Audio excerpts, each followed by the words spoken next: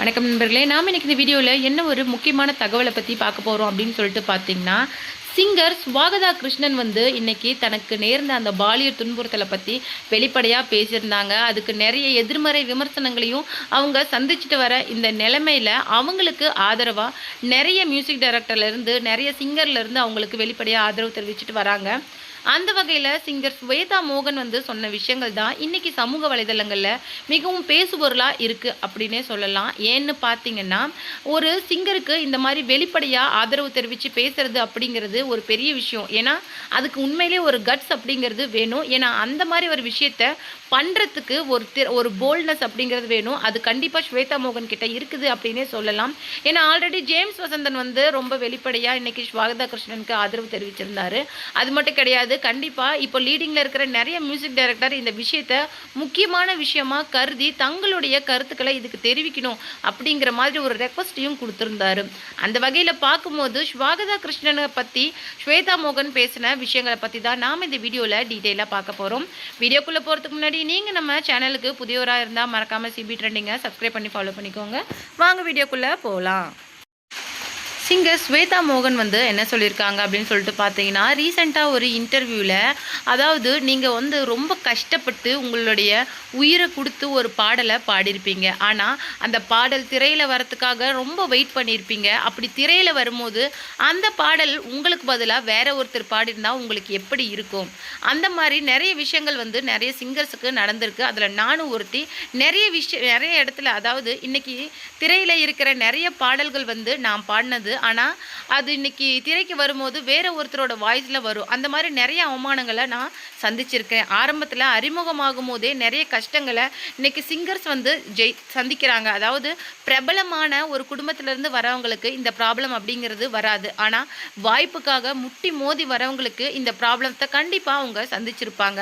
அவங்க அப்போ சந்திக்கலைனாலும் அவங்க சர்வே பண்ணுற பீரியடில் இந்த விஷயத்த அவங்க கடந்து வராமல் இருக்கவே முடியாது. அந்த வகையில் இந்த சீண்டல்கள் எனக்கே நடந்திருக்கு. ஆனால் ஸ்வாகதா வந்து இந்த விஷயத்தை இப்படி சொல்லும் போது எனக்கு ரொம்ப கஷ்டமாக இருந்தது. நான் வந்து ரிஷிகேஷுக்கு குடி போனதுக்கு காரணமே இந்த விஷயந்தான். நான் நிறைய பிளாஸ்டிக் சர்ஜரி பண்ணியிருக்கேன். அந்த தீண்டல்கள் எனக்கு அருவருப்பை வந்து ஏற்படுத்தியிருக்கு. அது மட்டும் கிடையாது, மிகுந்த மன அழுத்தத்தில் நான் இருந்தேன் அப்படின்னு சொல்லிட்டு அவங்க சொல்லியிருக்காங்க.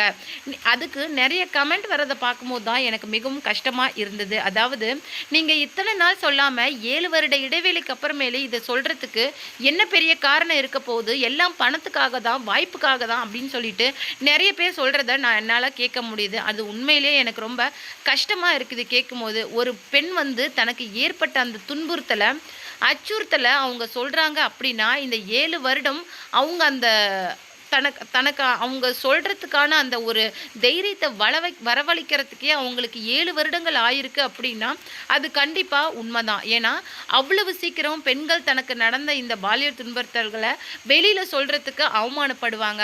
அந்த விஷயம் வந்து எவ்வளோ ஒரு கொடுமையானது, கஷ்டமானது. இன்னொருத்தரோட கை வந்து நம்மளுடைய அனுமதி இல்லாமல் நம்மளுடைய உடலை தீண்டும் போது அது எந்த அளவுக்கு அருவருக்கத்தக்க ஒரு விஷயமா இருக்கும் அப்படிங்கிறத ஒரு பொண்ணுக்கும் தெரியும். ஆனால் அந்த விஷயத்தை அவங்க மனசை தேத்திக்கிட்டு வந்து இன்னைக்கு சமுதாயத்தில் வெளிப்படையாக சொல்கிறதுக்கு எவ்வளவு தைரியத்தை அவங்க மனசில் வரவழைச்சிருப்பாங்க அப்படிங்கிறது அவ்வளோ சீக்கிரம் யாருக்கும் தெரியாது. அந்த மாதிரி ஒரு தைரியத்தை அவங்க வரவழைக்கிறதுக்கு தான் குறைஞ்சது அவங்களுக்கு 7 வருடங்களுக்கு மேலே ஆயிருக்கு.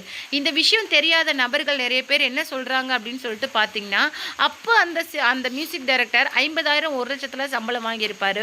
இன்றைக்கி அவர் கோடிக்கணக்கில் சம்பாரிச்சதுனால தான் வாய்ப்புக்காக அவர் மேலே இந்த பழிய கூச்சமே இல்லாமல் இந்த பெண்கள் போடுறாங்க அப்படிங்கிற மாதிரி ஒரு விஷயத்த சொல்லியிருந்தாங்க. அதை கேட்கும்போது உண்மையிலே எனக்கு மனமே சுக்குநூறாக வெடிச்சு போச்சு.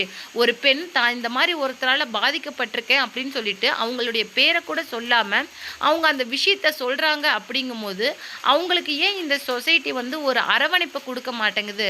அதுக்கு மாறாக வந்து அவங்களுக்கு அந்த துன்புறுத்தலுக்கு மேலே ஒரு கேவலமான பட்டத்தை கொடுக்குறாங்க அப்படின்னு சொல்லிட்டு எனக்கு தெரியல.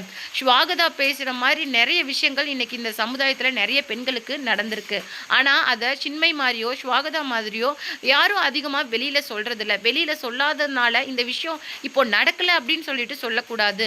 ஒரு பெண்ணுக்கு வர தைரியத்தை பார்த்து இன்னொரு பெண்ணுக்கு அந்த தைரியம் வருது. எனக்கு தெரிஞ்சு ஸ்வாகதாவும் சின்மையும் தனக்கு நடந்த இந்த விஷயத்தை இப்படி வெளியில் சொல்கிறது மூலமாக கண்டிப்பாக அரைமனதாக தேறி இருப்பாங்க அப்படின்னு சொல்லிட்டு நான் நம்புகிறேன்.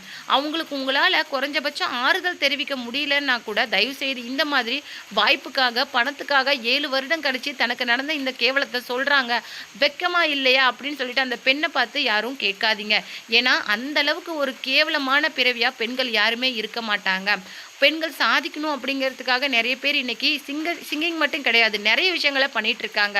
ஆனால் ஒவ்வொரு துறையிலையுமே அவங்க சந்திக்கிற விஷயம் அப்படிங்கிறது எல்லாருமே இப்படி எதிர்மறையாக தான் இருக்குது. ஆனால் அவங்க அதை தைரியமாக வெளியில் சொல்லும் போது நீங்கள் இதை வாய்ப்புக்காக பண்ணுறீங்க, பணத்துக்காக பண்ணுறீங்க, இப்போ நீங்கள் ட்ரெண்ட் ஆகணுங்கிறதுக்காக பண்ணுறீங்க அப்படின்னு சொல்லிட்டு கேவலமான ஒரு முத்திரை அந்த பெண் மேலே குத்தி இந்த சமுதாயம் ஒதுக்குறது அப்படின்னு பார்க்கும்போது ரொம்பவும் கஷ்டமாக இருக்குது. அப்படிங்கிற மாதிரி ஸ்வேதா மோகன் வந்து இந்த விஷயத்துக்கு ஆதரவு தெரிவித்து வெளிப்படையாக பேசியிருக்காங்க. ஜேம்ஸ் வசந்தனுக்கு அடுத்ததா ஸ்வேதா மோகன் ஸ்வாகதா கிருஷ்ணனுக்கு இந்த மாதிரி ஆதரவு தெரிவித்து பேசியிருக்கிறது அப்படிங்கிறது சமூக வலைதளங்களில் மிகப்பெரிய பேசுபொருளாக போகுது.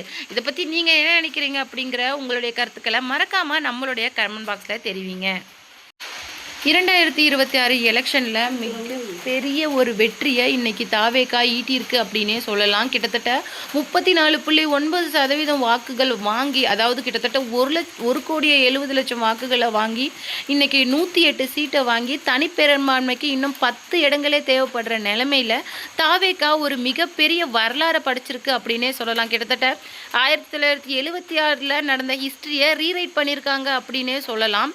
அதை விட அதாவது எம்ஜிஆர் வாங்கின வாக்கு சதவீதத்தை உடைச்சி ஒரு புதிய சரித்திரத்தை எழுதியிருக்காங்க அப்படின்னே சொல்லலாம்.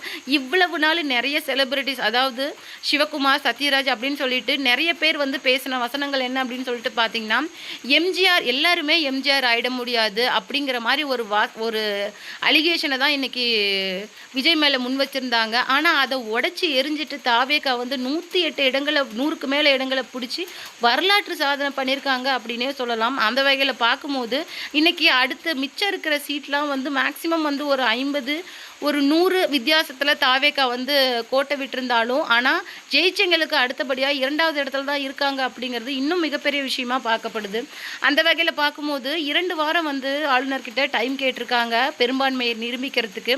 அப்படிங்கிற பட்சத்தில் நரேந்திர மோடியிலேருந்து ராகுல் காந்தியிலேருந்து இன்றைக்கி ஏடிஎம்கே டிஎம்கே அப்படின்னு சொல்லிட்டு எல்லா கட்சி தலைவர்களுமே இன்றைக்கி விஜய்க்கு வாழ்த்து தெரிவிச்சுட்டு வராங்க. அந்த வகையில் அவருடைய வெற்றி சான்றிதழை பெறத்துக்கு முன்னாடி தன்னுடைய தாய் தந்தை கிட்ட ஆசீர்வாதம் வாங்கி அவர் போன விஷயம் வந்து எல்லாருக்குமே ஒரு நெகிழ்ச்சியான தருணமாக இருந்திருக்குது. அது மட்டும் இல்லாமல் இன்னும் என்ன சொல்லியிருக்காரு அப்படின்னு சொல்லிட்டு பார்த்தீங்கன்னா, இந்த வெற்றியை உங்களுடைய வெற்றியாக உங்களுடைய வீட்டில் நீங்கள் கண்டிப்பாக இதை செலிப்ரேட் பண்ணணும். இன்றைக்கி தமிழகமே ஒரு மாற்றுப்பாதையில் பயணிக்கிறதுக்கு ஒரு மனதாக தீர்மானிச்சிருக்காங்க அப்படின்னு நினைக்கும் போது ரொம்பவும் சந்தோஷமாக இருக்குது. அப்படிங்கிற விஷயத்தை தான் இன்றைக்கி தாவேகா தலைவர் விஜய் வந்து ரொம்ப அஃபிஷியலாக ஷேர் பண்ணியிருக்காரு. அவருக்கு இப்போ நிறைய தலைவர்கள் வந்து ஆதரவு தெரிவிச்சுட்டு வராங்க அப்படிங்கிறது ரொம்பவும் சந்தோஷமாக பார்க்கப்படுது.